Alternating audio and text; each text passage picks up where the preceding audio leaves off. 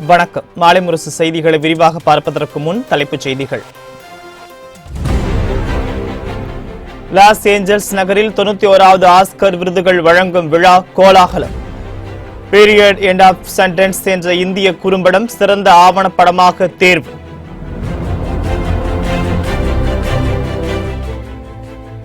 திமுகவில் குடும்ப அரசியல் நடைபெறுவதாக முதலமைச்சர் எடப்பாடி பழனிசாமி குற்றச்சாட்டு.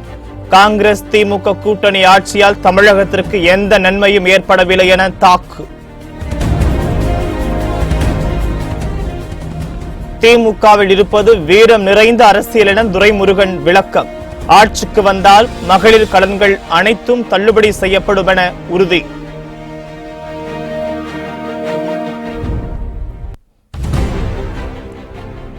கமல்ஹாசன் பொது வாழ்விலும் வெற்றி பெற நடிகர் ரஜினிகாந்த் மனமார்ந்த வாழ்த்து. நல்லவர் துணை நின்றால் 40 நமதே, நாளை நமதே என நன்றி தெரிவித்து கமல்ஹாசன் பதில்.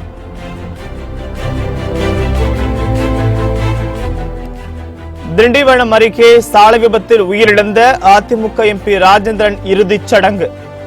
ஆதனப்பட்டு கிராமத்தில் 21 குண்டுகள் முழங்க அரசு மரியாதையுடன் உடல் அடக்கம்.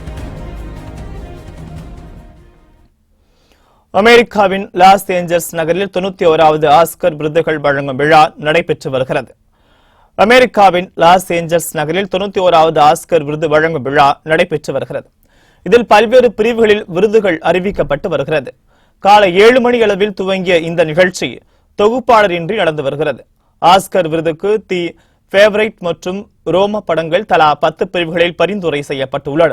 சிறந்த துணை நடிகையாக if Beale street could talk என்ற படத்தில் சிறப்பான நடிப்பை வெளிப்படுத்திய ரெஜினா கிங்குக்கு வழங்கப்பட்டுள்ளது. சிறந்த ஆவணப்படமாக ஃப்ரீ சோலோ படமும், சிறந்த ஒப்பனை சிகை அலங்காரத்திற்காக 3 விருதுகளை வைஸ் படமும் பெற்றது. சிறந்த ஆடை வடிவமைப்பாளருக்கான விருது பிளாக் பேந்தர் படத்தில் பணியாற்றிய ரூத் கார்ட்டருக்கு வழங்கப்பட்டது. சிறந்த ஒளிப்பதிவுக்கான விருது ரோம பட ஒளிப்பதிவாளர் அல்போன்சா கியூரன் பெற்றார். மாதவிடாய் காலத்தில் பெண்கள் படும் அவதிகள் குறித்து எடுக்கப்பட்ட படமான பீரியட் எண்ட் ஆஃப் சென்டென்ஸ் என்ற இந்திய படம் சிறந்த ஆவண குறும்படமாக தேர்வு செய்யப்பட்டது. மலிவு விலை நாப்கினை பயன்படுத்தி எடுக்கப்பட்ட பீரியட் எண்ட் ஆஃப் சென்டென்ஸ் படத்தில் கோவையைச் சேர்ந்த அருணாச்சலம் முருகானந்தம் நடித்துள்ளார். திமுக குடும்ப உறுப்பினர்கள் மட்டுமே கட்சிக்கு பதவிக்கு வர முடியும் என முதலமைச்சர் எடப்பாடி பழனிசாமி குற்றம் சாட்டியுள்ளார். ஜெயலலிதாவின் 71வது பிறந்தநாள் விழா பொதுக்கூட்டம் சென்னை வடபழனியில் நடைபெற்றது. இதில் கலந்து கொண்டு பேசிய முதலமைச்சர் எடப்பாடி பழனிசாமி, ஜெயலலிதா மறைவுக்கு பின் அதிமுக காணாமல் போய்விடும் என்று கூறியவர்கள் மத்தியில் தற்போது 2 ஆண்டு ஆட்சியை நிறைவு செய்துள்ளதாக குறிப்பிட்டார். தமிழகத்தில் மின்சாரத்துறை, சுகாதாரத்துறை, பள்ளிக்கல்வித்துறை சிறப்பாக செயல்பட்டு வருவதாகவும் அவர் தெரிவித்தார். குறிப்பாக நாட்டிலேயே அதிகமான உணவு தானியங்களை உற்பத்தி செய்யும் மாநிலமாக தமிழகம் விளங்குவதாக முதலமைச்சர் பழனிசாமி பெருமையுடன் கூறினார். புரட்சி தலைவி அம்மா மறைவுக்கு பிறகு இந்த ஆட்சி இருக்காது என்று நினைத்தார்கள், இந்த கட்சி இருக்காது என்று நினைத்தார்கள். இந்த கட்சியை பிளவுபட பல பேர் துடித்தார்கள். அத்தனையும் மக்கள் துணையோடு, கழக தொண்டர் துணையோடு, நிர்வாகிகள் துணையோடு சுக்குநூறாக்கி இன்றைக்கு மாண்புமிகு புரட்சி தலைவி அம்மாவுடைய ஆட்சியும் கட்சியும் சிறப்பாக செயல்படுத்திக் கொண்டிருக்கின்றது. இன்னைக்கு உணவு தானிய உற்பத்தியிலே இந்தியாவிலேயே முதலிடம் வைக்கின்றது தமிழ்நாடு. அதற்காக இன்னைக்கு அம்மாவுடைய அரசு தொடர்ந்து இந்திய நாட்டுடைய உயர்ந்த விருதான கிறிஸ் கர்மான் என்ற விருதை தொடர்ந்து நம்முடைய தமிழ்நாடு அரசு பெற்றுக் கொண்டிருக்கிறது. தொடர்ந்து பேசியவர், நாடாளுமன்ற தேர்தலுக்கான பிரம்மாண்ட கூட்டணியை அதிமுக அமைத்துள்ளது என்றார். தமிழகத்திற்கு பல்வேறு நலத்திட்டங்களை கொண்டு வரவே அதிமுகவும் பாமகவும் கூட்டணி வைத்துள்ளதாகவும் முதலமைச்சர் பழனிசாமி குறிப்பிட்டார். காங்கிரஸ் திமுக கூட்டணி ஆட்சியின் போது தமிழகத்திற்கு எந்த திட்டங்களையும் கொண்டு வரவில்லை என்று கூறியவர், திமுகவில் குடும்ப உறுப்பினர்கள் மட்டுமே கட்சி பதவிக்கு வர முடியும் என்றும் தெரிவித்தார். நாடாளுமன்ற தேர்தல் வருகிற பொழுது ஒரு பிரம்மாண்டமான மெகா கூட்டணி அமைப்பதன் மூலமாக பாண்டிச்சேரி உட்பட தமிழ்நாட்டில் 40 வருடங்களும் அண்ணா திராவிட முன்னேற்ற கழக தலைமையில் அமைக்கப்பட்ட கூட்டணி உங்களுடைய ஆதரவோடு வெற்றி பெறும் என்பதை நேரத்தில் தெரிவித்து வருகிறேன். பாட்டாளி மக்கள் கட்சி என்பது ஒரு கட்சி, அனைத்து அண்ணா திராவிட முன்னேற்ற கழகம் என்பது ஒரு கட்சி. இயற்கையாக 2 கட்சியும் ஒன்றி போய் இன்னைக்கு கூட்டணி அமைச்சிருக்கிறோம். இன்னைக்கு நாடு வளம் வர வேண்டும், தமிழகத்திற்கு எண்ணற்ற திட்டங்கள் தமிழகத்துக்கு கிடைக்க பெற வேண்டும் என்ற அடிப்படையில் இன்னைக்கு பாட்டாளி மக்கள் கட்சி நம்மோடு இணைந்திருக்கின்றன. நாடாளுமன்ற தேர்தலோடு 21 தொகுதி இடைத்தேர்தலும் நடைபெறும். அதிக இடங்களில் திமுக வெற்றி பெற்று ஆட்சி மாற்றம் ஏற்படும் என உதயநிதி ஸ்டாலின் தெரிவித்தார். வேலூர் மாவட்டம் அணைக்கட்டு அருகே தார்வழி கிராமத்தில் திமுக பொருளாளர் துரைமுருகன் தலைமையில் அக்கட்சி சார்பில் பொதுக்கூட்டம் நடைபெற்றது. இதில் கலந்து கொண்டு பேசிய உதயநிதி ஸ்டாலின், தமிழகத்தில் நாடாளுமன்ற தேர்தலோடு 21 தொகுதி இடைத்தேர்தலும் நடைபெறும். அதிக இடங்களில் திமுக வெற்றி பெற்று ஆட்சி மாற்றம் ஏற்படும் என்று தெரிவித்தார். மே மாதம் தேர்தல் வரப்போது, நாடாளுமன்ற தேர்தல், அந்த தேர்தலோடு 21 சட்டமன்ற இடைத்தேர்தலும் வரப்போகுது. உங்களுக்கு எல்லாம் தெரியும், கண்டிப்பா அந்த 21 தொகுதியும் திராவிட முன்னேற்ற கழகம் ஜெயித்தால் கண்டிப்பாக ஒரு ஆட்சி மாற்றம் வரும். நம்முடைய தலைவர் அவர்கள் வெகு விரைவில் முதலமைச்சர் நாற்காலியில் உட்காருவார். பின்னர் பேசிய துரைமுருகன், வாரிசு அரசியல் என்பது அனைத்து கட்சியிலும் இருப்பதாக தெரிவித்தார். ஆனால் திமுகவில் இருப்பது வீரம் நிறைந்த அரசியல் என்று கூறிய துரைமுருகன், திமுக ஆட்சிக்கு வந்தால் ஆண்டு முழுவதும் 365 நாட்களும் தேசிய ஊரக வேலைவாய்ப்பு உறுதியளிப்பு திட்டத்தின் கீழ் வேலைவாய்ப்பு வழங்கப்படும் என்று தெரிவித்தார். மேலும் மகளிர் பெற்ற அனைத்து கடன்களும் ரத்து செய்யப்படும் எனவும் அவர் தெரிவித்தார். இவர் குடும்பத்தில் மட்டும் அடுத்தடுத்து பதவிக்கு வரலாம், ஒரிசாவில் வரலாம், காஷ்மீர்ல வரலாம், உத்தரப்பிரதேசத்துல வரலாம். ஆனா தமிழ்நாட்டில் வரக்கூடாதா?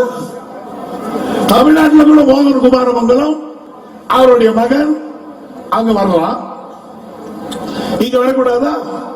மூப்பனார் வரலாம், மூப்பனாருடைய மகன் வரலாம். ஆனா தளபதியினுடைய மகன் உதயநிதி வரக்கூடாதா? திமுக தளபதி தலைமையில் ஆட்சி அமைந்தால் 365 நாளும் 100 நாள் வேலை தரப்படும். இது உறுதி, ஒரு சத்தியம். இரண்டாவது, மகளிர் அணி வாங்கின லோன்கள் நிற்கிறது, அத்தனையும் அடியோடு ரத்து செய்யப்படும். இது இரண்டாவது நான் சொல்லிட்டு.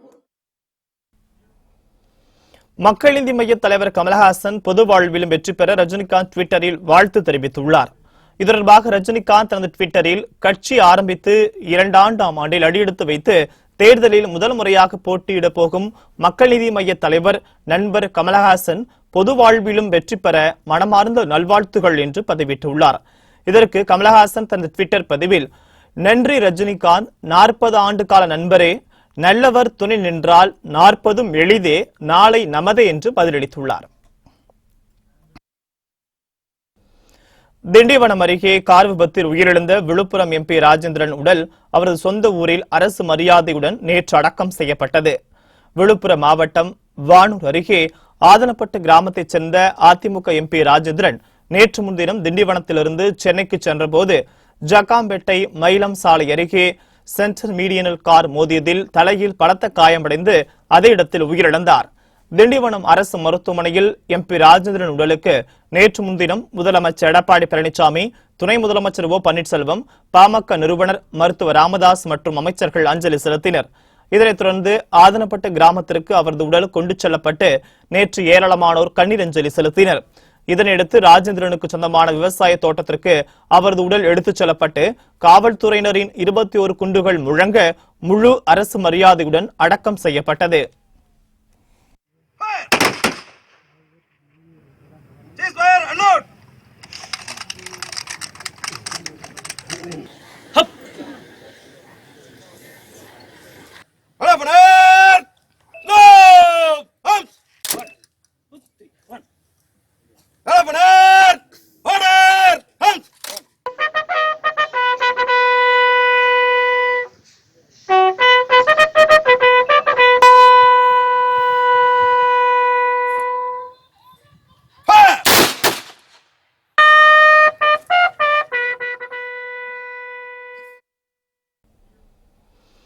தேமுதிகவுடன் கூட்டணி பேச்சுவார்த்தை சுமூகமாக நடைபெற்று வருவதாக துணை முதலமைச்சர் ஓ பன்னீர்செல்வம் தெரிவித்தார். மதுரை விமான நிலையத்தில் செய்தியாளர்களிடம் பேசிய அவர், மக்கள் நலனை விரும்பும் கட்சிகளுடன் கூட்டணி பேச்சுவார்த்தை நடைபெற்று வருவதாக கூறினார். இன்னும் ஓரிரு தினங்களில் கூட்டணி கட்சியின் எண்ணிக்கை அடிப்படையிலான தொகுதிகள் தெரிய வரும் என்று கூறிய ஓ பன்னீர்செல்வம், கூட்டணி பேச்சு நடைபெற்று யார் யாருக்கு எந்தெந்த தொகுதி ஒதுக்கப்படும் என்று படிப்படியாக அறிவிக்கப்படும் என்றும் தெரிவித்தார். தினகரன் கூறுவது எதுவும் இன்று வரை நடைபெற்றதில்லை என்று கூறிய பன்னீர்செல்வம், பிரதமரை தீர்மானிக்கக்கூடிய சக்தியாக அம்மா மக்கள் முன்னேற்ற கழகம் இருக்கும் என்று கூறுவது வேடிக்கை என்றும் விமர்சித்தார்.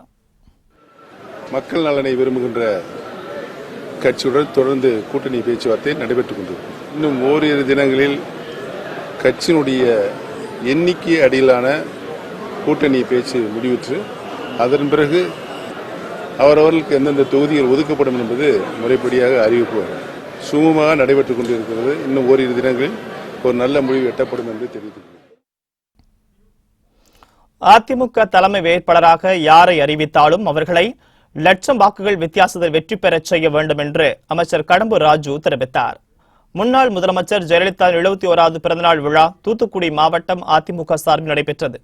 3 நாட்களாக நடைபெற்ற மின்னொளி கபடி போட்டியில் 133 அணிகள் பங்கேற்றன. போட்டியில் வெற்றி பெற்றவர்களுக்கு அமைச்சர் கடம்பூர் ராஜு பரிசுகள் வழங்கி உரையாற்றினார். அப்போது பேசிய அவர், அதிமுக தலைமை வேட்பாளராக யாரை அறிவித்தாலும் அவர்களை லட்சம் வாக்குகள் வித்தியாசத்தில் வெற்றி பெறச் செய்ய வேண்டும் என்று கூறினார். ஊழலை பற்றி பேசுவதற்கு ஸ்டாலினுக்கு துளியும் அருகதை இல்லை என போக்குவரத்து துறை அமைச்சர் எம்.ஆர். விஜயபாஸ்கர் தெரிவித்தார். முன்னாள் முதலமைச்சர் ஜெயலலிதாவின் 71வது பிறந்தநாள் பொதுக்கூட்டம் அதிமுக சார்பில் கரூர் மாவட்டம் தான்தோன்றி மலையில் நடைபெற்றது. இதில் போக்குவரத்து துறை அமைச்சர் எம்.ஆர். விஜயபாஸ்கர் பங்கேற்று உரையாற்றினார். அப்போது பேசிய அவர், தனியார் பேருந்துக்கு இணையாக அரசு பேருந்துகளை இயக்கிக் கொண்டிருப்பதாகவும் பேட்டரியால் இயங்கக்கூடிய பேருந்துகள் விரைவில் இயக்கப்பட உள்ளதாகவும் தெரிவித்தார்.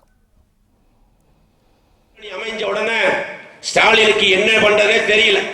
மைக்க பிடிச்சா ஏதாவது பத்திரிகையாளர்களை சந்தித்தா என்ன பேசுறதே தெரியல. நான் கேட்கிறேன், பாமக பாட்டாளி மக்கள் கட்சி அனைத்து இந்திய அண்ணா திராவிட முன்னேற்ற கழகத்தின் தலைமையை ஏற்று கூட்டணியில சேர்ந்திருக்கிறார்கள். தோழமை கட்சிகள் மருத்துவர் ராமதாஸ் அவர்கள், அவருடைய மகன் அன்புமணி ராமதாஸ் அவர்களும் மாண்புமிகு முதலமைச்சர் துணை முதலமைச்சரோடு சேர்ந்து தமிழகத்திலே நல்லாட்சி வர வேண்டும், தமிழக மக்களுக்கு நல்ல திட்டங்களை கொண்டு வர வேண்டும் என்று சொல்லி கூட்டணி அமைத்திருக்கிறார்கள். அவங்க உங்களோட கூட்டணி வச்சுக்கிட்டா நல்லவங்க, அனைத்து இந்திய அண்ணா திராவிட முன்னேற்ற கழகத்தோடு கூட்டணி வச்சுக்கிட்டா ஆவாதங்களா? ஊழலை பற்றி பேசுகிறார் ஸ்டாலின். நான் கேட்கிறேன், ஊழலை பற்றி பேசுவதற்கு திமுகவிற்கு எந்த அருகதையும் கிடையாது. ஊழலுக்காக ஒரு அரசு கலைக்கப்பட்டது என்றால் அது திமுக அரசு. நாடாளுமன்ற தேர்தலில் யாருக்கு ஆதரவு என்பது குறித்து மாவட்ட செயலர்களின் ஆலோசனை செய்து சரியான முடிவு எடுப்போம் என்று அண்ணா திராவிட கழக பொதுச் செயலாளர் திவாகரன் தெரிவித்தார். திருவாரூர் மாவட்டம் மன்னார்குடியில் செய்தியாளர்களிடம் பேசிய அவர், திராவிட கட்சிகள் வேண்டாம் என்று கூறிய பாமக அதிமுகவுடன் கூட்டணி வைத்துள்ளதற்கு வரவேற்பதாகவும் தெரிவித்தார். எல்லாம் முடிஞ்சு இப்ப எல்லாம் உண்டியல் குளிக்கிட்டு இருக்காங்க. எல்லாம் முடிஞ்ச பிறகு எங்களுடைய மாவட்ட செயலாளர்கள் எல்லாம் கூப்பிட்டு வச்சு பேசி நாங்க ஒரு முடிவுக்கு வருவோம். யாரு வேணாலும் யாரோட வேணாலும் எப்ப வேணாலும் எவ்வளவு விமர்சனங்கள் பண்ணாலும் தேர்தல் நேரத்தில் எப்படி வேணாலும் ஜாயிண்ட் ஆகிக்கலாம் அப்படிங்கிறப்பல ஒரு முறை இப்ப இங்க வந்துகிட்டு இருக்கு. பொதுமக்களுக்கு எப்படி எடுத்துக்கொள்வார்கள் அப்படிங்கிறது மிகப்பெரிய கேள்வி. திராவிட கட்சிகளை விமர்சித்த திமுகவையும் அதிமுகவையும் விமர்சித்த பாட்டாளி மக்கள் கட்சி இந்த ஃபோல்டுக்குள்ள வந்திருக்கு அப்படிங்கும்போது இதை அன்புமணி ராமதாஸும் டாக்டர் ராமதாஸ் அவர்களும் தொடர்ந்து இதை நியாயப்படுத்திக்கிட்டே தான் இருக்காங்க. அவங்க அடுத்த பேச்சுக்கே இன்னும் போக முடியல. வாட்ஸ்அப்பு, ஃபேஸ்புக்கு, சோசியல் மீடியாலெல்லாம் அவங்கள போட்டு கலாச்சி எடுக்கிறாங்க. அதற்கு பதில் சொல்ல தான் அவர்களுக்கு நேரம் சரியா இருக்க ஒழிஞ்சு அடுத்த கட்ட வேலை பார்க்க முடியல அவங்களால. அதே சமயத்தில் திராவிட இயக்கங்களை எதிர்த்து கொண்டிருந்த பாமகர்கள் திராவிட இயக்கத்தை மீண்டும் ஏற்றுக்கொண்டதற்கு எங்களுடைய நன்றியினையும். ஆமா, அது ஒரு நன்றி. நல்லதா கெட்டதா உங்களுக்கு என்னச்சுன்னா, உங்களுக்கு அவங்க அதிமுக ஆதரிச்சாலும் சரி திமுக ஆதரிச்சாலும் சரி திராவிட கழகங்களை ஒதுக்க முடியாதுங்கிறது முடிவுக்கு வந்துட்டாங்க. அது பெரிய வெற்றி, எல்லா திராவிட கழகங்களுக்கும் வெற்றி. அது உத்தரப்பிரதேச மாநிலம் பிரயாக்ராஜில் துப்புரவு தொழிலாளர்கள் கால்களை கழுவி பிரதமர் மோடி மரியாதை செலுத்தினார். உத்தரப்பிரதேசத்தின் கோரக்பூரில் குறு சிறு விவசாயிகளுக்கு ஆண்டுக்கு 6000 ரூபாய் நிதியுதவி வழங்கப்படும் திட்டத்தை தொடங்கி வைத்த பிரதமர் மோடி பின்னர் பிரயாக்ராஜ் சென்று கும்பமேளாவில் புனித நீராடி வழிபாடு செய்தார். அப்போது சங்கம் படைத்துறையில் மகா ஆரத்தி வழிபாடு செய்து இந்திய மக்கள் நலனுக்காக பிரதமர் மோடி வேண்டிக் கொண்டார். இதனையடுத்து துப்புரவு தொழிலாளர்கள் கால்களை கழுவி பிரதமர் மோடி மரியாதை செலுத்தினார். கும்பமேளா இடத்தை சுத்தம் செய்த துப்புரவு தொழிலாளர்கள் கால்களை கழுவி மரியாதை செலுத்திய பிரதமர் மோடிக்கு பலரது தரப்பில் பாராட்டுகள் குவிந்து வருகின்றன.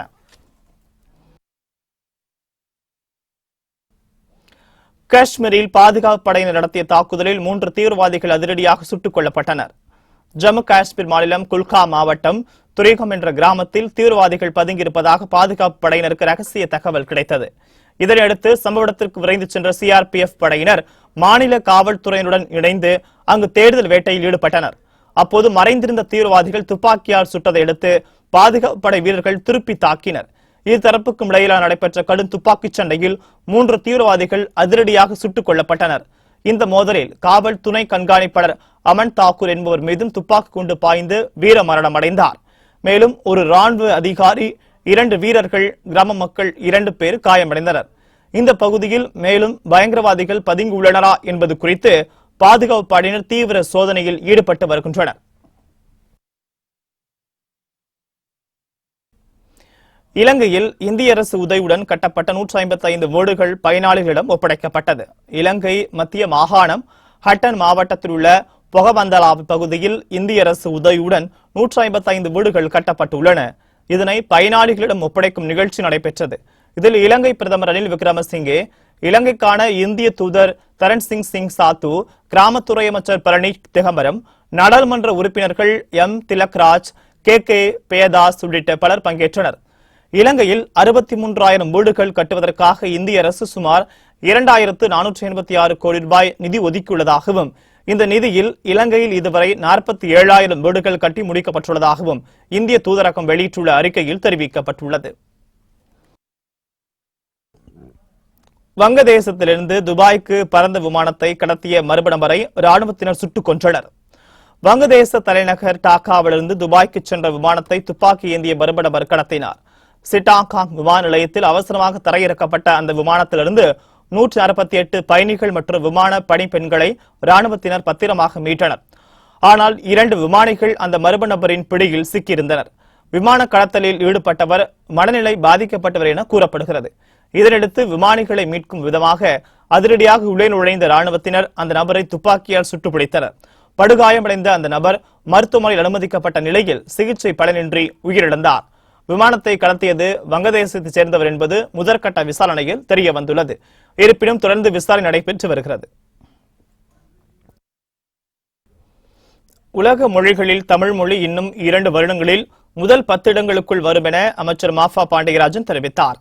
சென்னை தரமணியில் உள்ள உலக தமிழ் ஆராய்ச்சி மையத்தில் நடைபெற்ற தமிழாய்வு பெருவிழா மற்றும் ஜெயலலிதா பிறந்தநாள் விழாவில் அமைச்சர் மாஃபா பாண்டியராஜன் கலந்து கொண்டு 71 அரிய நூல்களை வெளியிட்டு 71 நூலகத்தை திறந்து வைத்தார். இந்த விழாவில் முன்னாள் கல்வித்துறை அமைச்சர் வைகை செல்வன், தொழிலதிபர் விஜி சந்தோஷம் உள்பட 5000க்கும் மேற்பட்டோர் கலந்து கொண்டனர். பின்னர் செய்தியாளர்களிடம் பேசிய அமைச்சர் மாஃபா பாண்டியராஜன், உலகளவில் தமிழ் மொழி தற்போது 14ஆம் இடத்தில் இருப்பதாக கூறினார். இன்னும் 2 வருடங்களுக்கு பிறகு அடுத்த அட்லஸ் லாங்குவேஜ் வரைபடத்தில் முதல் 10 இடங்களுக்குள் வரும் என்று அமைச்சர் மாஃபா பாண்டியராஜன் தெரிவித்தார். மதிப்புமிக்க மொழிகள் எவை என்ற கேள்வியை கேட்டு அதற்கு ஆய்வு ரீதியான பதில் அளித்திருக்கிறார்கள். அதுல உலகத்தில் இருக்கும் மொழிகள்ல ஒரு 3500 மொழிகள் போல அழிய போகிறது. 7000 மொழிகள்ல பாதி மொழிகள் ஒரு 5 வருடங்களில் அழிந்துவிடும். அந்த அழியாமல் இருக்கக்கூடிய மொழிகள் ஒரு 100 மொழிகள் டாப் 100 எடுத்து அதுல 14வது இடத்துல தமிழ் வருது. அதுல நம்ம 14வது இடத்துல வந்திருக்கோம். 10வது இடத்துல இப்ப இந்துஸ்தானி இருக்கு. முதலிடத்துல ஆங்கிலம், 2வது பிரெஞ்சு, இந்த மாதிரி வரிசைப்படுத்தி வரும். இதுல தமிழக அரசாங்கத்துடைய தமிழ் வளர்ச்சித்துறையோட பணி எல்லாமே இந்த லிஸ்ட்ல நம்ம 14வது இடத்துல இருந்து 10வது இடத்துக்கு எப்படி வருவது, அது வருவதற்கு தமிழ் வளர் மையங்கள், தமிழ் பண்பாட்டு மையங்கள், சொற்குவை போன்ற அமைப்புகள். தமிழகத்தில் எத்தனை காவிகள் மத கட்சிகள் வந்தாலும் திராவிடத்தை வீழ்த்த முடியாது என திமுக தலைவர் மு.க. ஸ்டாலின் தெரிவித்துள்ளார். தஞ்சையில் திராவிட கழகத்தின் சமூக நீதி மாநில மாநாட்டில் பேசியவர், டெல்லியில் நிர்வாண போராட்டம் நடத்திய தமிழக விவசாயிகளை பிரதமர் மோடி அழைத்து பேசாமல் அவர்களை அவமானப்படுத்தியதாக குறிப்பிட்டார். மக்களிடம் பணத்தை பிடுங்கி தற்போது விவசாயிகளுக்கு கொடுப்பதாக நடிக்கும் பிரதமர் மோடியால் நாடு 15 வருடம் பின்னோக்கி சென்று விட்டதாக ஸ்டாலின் குற்றம் சாட்டினார். மோடி இனி பிரதமர் இருக்கையில் அமரவே முடியாது என்றும் ராகுல் காந்தி தான் பிரதமர் ஆவார் என்று அவர் உறுதிப்பட தெரிவித்தார். மத்தியில் ஆட்சி மாற்றத்திற்கு தமிழகம்தான் முக்கிய காரணமாக இருக்கும் என்று கூறிய ஸ்டாலின், இரட்டை குழல் துப்பாக்கி போல இருக்கும் திமுகவையும் திராவிடர் கழகத்தையும் யாராலும் வீழ்த்த முடியாது என்று குறிப்பிட்டார். இதே விவசாய பெருங்குடி மக்களுக்கு எத்தனையோ போராட்டங்களை தமிழகத்திலே மட்டும் இல்ல, நம்முடைய இந்தியாவுடைய தலைநகரமாக இருக்கக்கூடிய டெல்லிக்கே சென்று விவசாயிகள் போராடினார்களே, விதவிதமான போராட்டங்களை நடத்தினார்களே.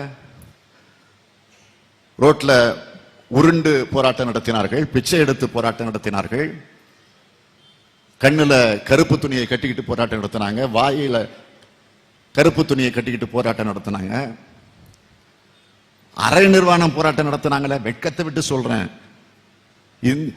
முழு நிர்வாண போராட்டம் கூட நடத்தலையா? இதை விட இந்தியாவுக்கு வேற எதுவும் கேவலம் தேவையா?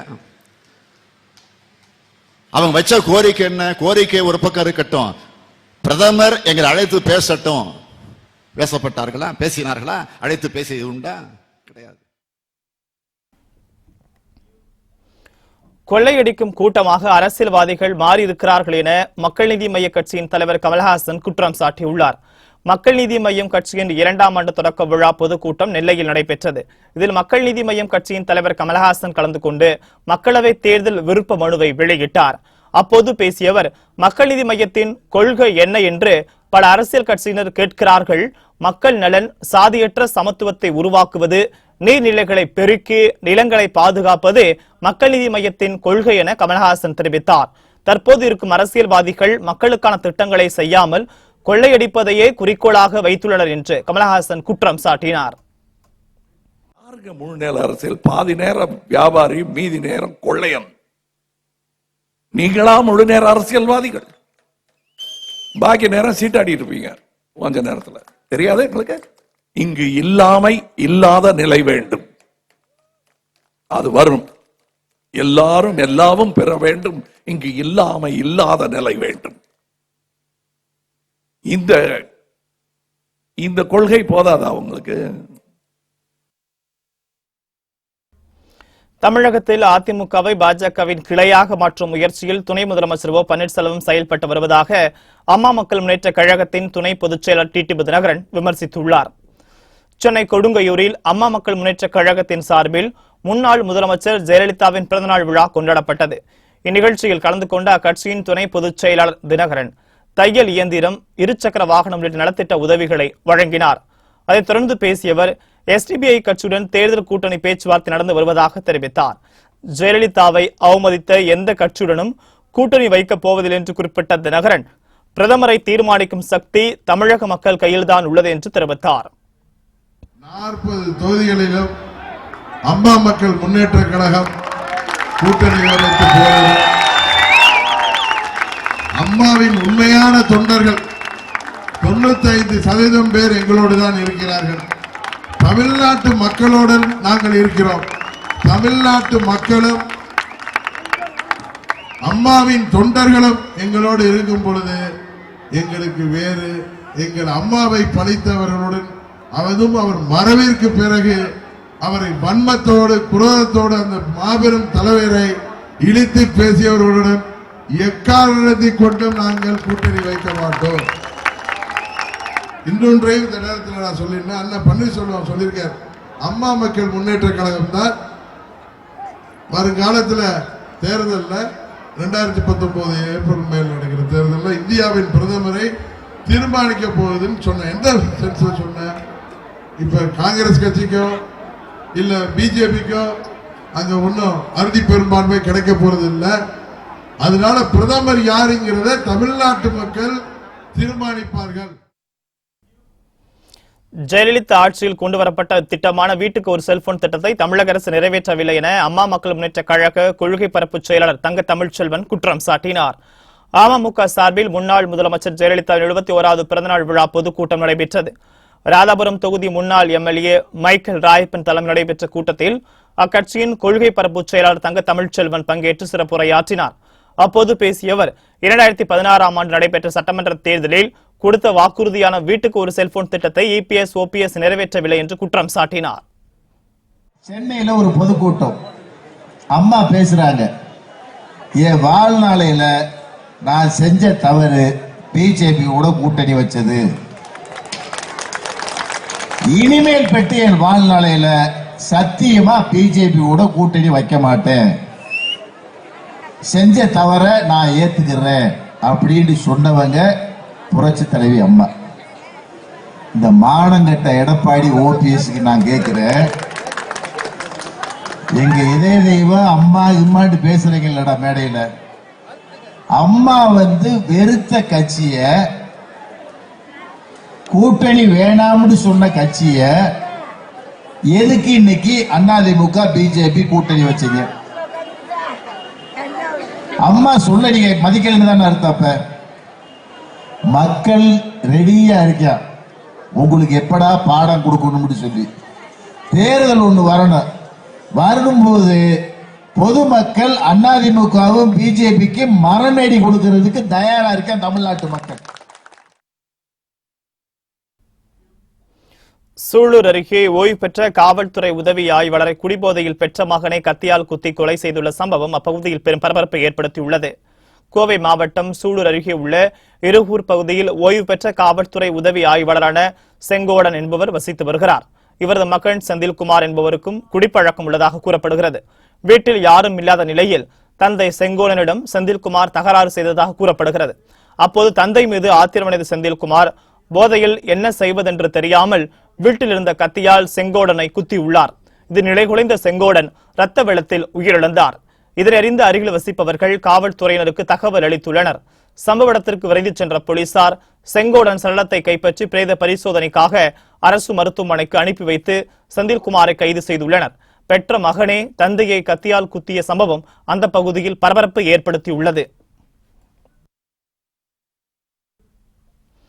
விருதுநகர் அருகே மது போதையில் வாலிபரை கொலை செய்த 9 பேரை போலீசார் கைது செய்து விசாரணை மேற்கொண்டு வருகின்றனர். விருதுநகர் மாவட்டம் ஸ்ரீவல்லிபுத்தூரில் ஏராளமான தொழிற்சாலை இயங்கி வருகின்றன. இங்கு தமிழகம் மற்றும் வடமாநில இளைஞர்கள் பணியாற்றி வருகின்றனர். இந்த நிலையில் நாகர்கோவிலைச் சேர்ந்த ரகுவரன் என்ற வாலிபர் வடமாநிலத்தைச் சேர்ந்த வாலிபர்களுடன் ஸ்ரீவல்லிபுத்தூர் அருகே வாடகைக்கு வீடு எடுத்து தங்கியுள்ளனர். இதிலிருந்து நேற்று இரவு நண்பர்கள் அனைவரும் வீட்டின் மாடியில் மது அருந்திக் கொண்டிருந்தனர். அப்போது அவர்களுக்கிடையே தகராறு ஏற்பட்டுள்ளது. இதில் ரகுவரனை மற்ற நண்பர்கள் மது போதையில் கல்லால் அடித்து கொலை செய்துள்ளனர். இதுகுறித்து போலீசார் வழக்கு பதிவு செய்து 9 வடமாநில வாலிபர்களை கைது செய்து விசாரணை மேற்கொண்டு வருகின்றனர். புத்தம்புதிய செய்திகள் அவ்வப்போது முழுமையாக மாலை முரசு தொலைக்காட்சி வழங்கும். இணைந்திருங்கள் மாலை முரசு தொலைக்காட்சியுடன். வணக்கம்.